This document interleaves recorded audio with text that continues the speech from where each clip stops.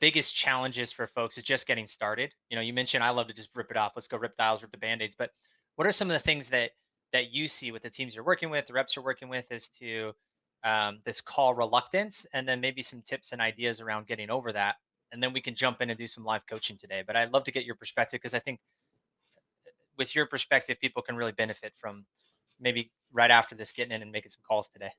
The way I think about it, this is going to sound weird to folks that don't know me yet, but here's the way I think about it. When I was a little kid, I was a Cub Scout, which is, before you're actually able to be a Boy Scout. I was probably 10.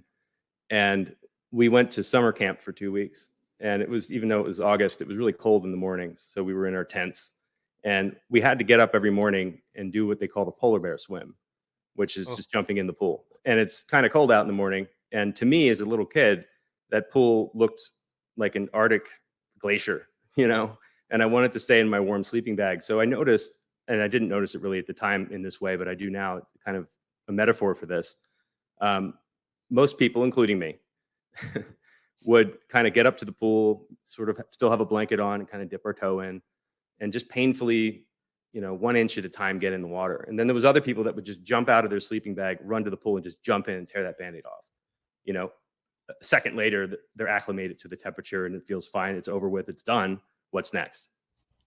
Yeah. That's how I think about outbound. I mean, I'm not suggesting that anybody just pick up the phone and recklessly dial without, knowing who they're calling, without understanding what they're going to say, without having a mental picture of how this call should be designed, how this call is going to end.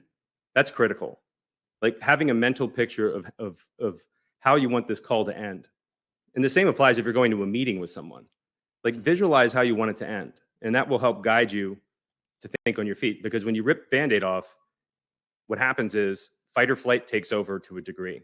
And that is a tremendous asset for you on a cold call, because the truth is, if it's in your head somewhere, like if you understand enough and it's in your head somewhere, when you're in fight or flight, you don't have to consciously access it. Mm-hmm. Yeah. You subconsciously access it. So it just kind of happens. So you have to kind of trust yourself a little bit in that regard.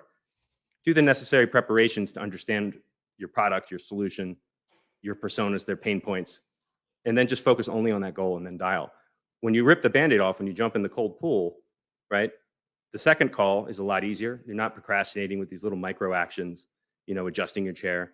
The third call is even easier. And then by the time you do this, 4 or 5 calls in, talk to 2 people, it's so easy. You're thinking to yourself, why don't I just do this all the time?